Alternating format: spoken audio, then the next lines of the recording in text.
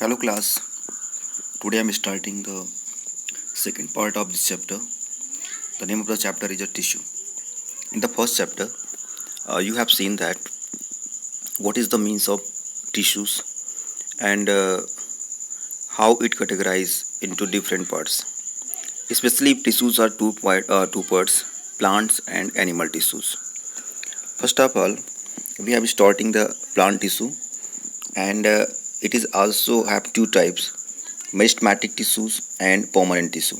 The meristematic tissue also divided into three parts: apical meristematic tissue, intercalary meristematic tissue, and lateral meristematic tissue.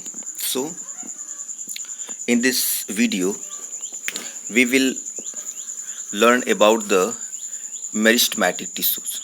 Okay? तो सबसे पहले समझते हैं कि meristematic tissue होता क्या है. मेरिस्टेमेटिक जो वर्ड है, मेरिस्टेमेटिक वर्ड का मतलब ये होता है कि मेरिस्टेमेटिक जो है ये एक वर्ड मेरिस्टॉस से मिलकर के बना है. मेरिस्टॉस से ये बना हुआ है और मेरिस्टॉस का जो मतलब होता है वो होगा आपका डिविजिबल. क्या होता है? वो होगा डिविजिबल. तो इसका मतलब ये है कि टिश्यूज़ तो हम सबको पता है और टिश्यूज़ में मेरिस्टेमेटिक टिश्यूज़ जो होते हैं उसका मीन्स होता है mass of young immature and undifferentiated cells which divide throughout the life of the plant. ठीक है, तो ये कुछ ऐसे टिश्यूज़ होते हैं जिसमें डिवीज़न की प्रॉपर्टी होती है और डिवाइड होकर के परमानेंट टिश्यू में चेंज होते रहते हैं. ओके, आगे देखते हैं कि ये मेरिस्टेमेटिक टिश्यूज़ में टाइप कितने होते हैं. ये थ्री टाइप का होता है. एक होता है एपिकल मेरिस्टेमेटिक टिश्यू, दूसरा है इंटरकैलरी और तीसरा क्या है लैटरल. तीन आपको मिलेगा: एपिकल, इंटरकैलरी एंड मेरिस्टेम. यहाँ पर एक इम्पॉर्टेंट बात आपको माइंड रखनी है. Apical and intercalary both are responsible for increase in length. ये किस में रिस्पॉन्सिबल है? इंक्रीज इन लेंथ के लिए रिस्पॉन्सिबल होंगे.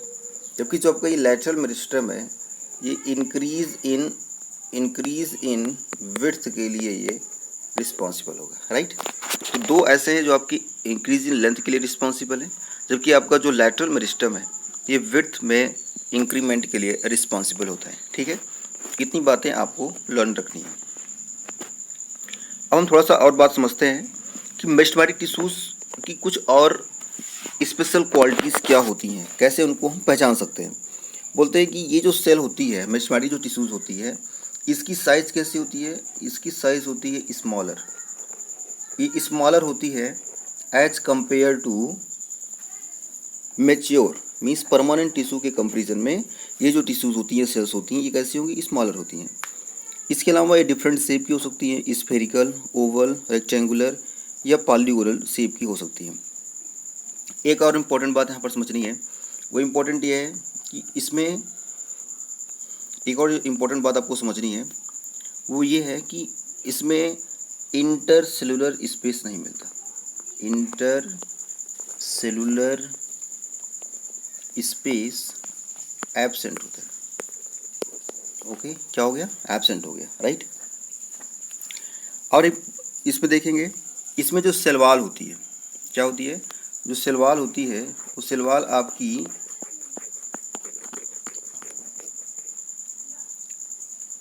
जो सेल वॉल होती है वो सेल वॉल होगी थिन. सेल वॉल कैसे होगी? थिन और सेलुलोज की बनी होती है. किसकी बनी होती है? सेलुलोज की बनी होती है. राइट, कुछ और बात देखेंगे तो इसमें जो न्यूक्लियस होता है उस न्यूक्लियस में फूड कंटेंट रहता है. एक और चीज़ देखेंगे, वैक्यूल्स यहाँ पर एब्सेंट होगा. वैक्यूल्स कैसा है? एब्सेंट रहता है. वैक्यूल्स आपका एब्सेंट रहेगा. राइट, तो ये कुछ इंपॉर्टेंट पॉइंट्स हो गए जो आपने मेरिस्टेमेटिक टिश्यूज़ में देखा. एक बार फिर से चेक कर लेते हैं. मेरिस्टेमेटिक टिश्यूज़ थ्री टाइप का होता है, एक एपिकल, एक इंटरकैलरी और तीसरा क्या होगा? लैटरल. और तीनों के फंक्शन आपने देख लिए कि एपिकल मेरिस्टेम जो होता है वो कहाँ रहेगा. देखिए यहाँ पर देखेंगे, apical meristem is present at the growing tips of stems and roots. ये स्टेम और रूट में होता है और increase in length of stem and the root. Length stem और रूट की लेंथ को इंक्रीज करने में हेल्प करता है। आगे देखिए, the girth of the stem और root increase due to lateral meristem. Lateral meristem से क्या, उसे गर्थ या जिसको विड्थ बोलते हैं वो इंक्रीज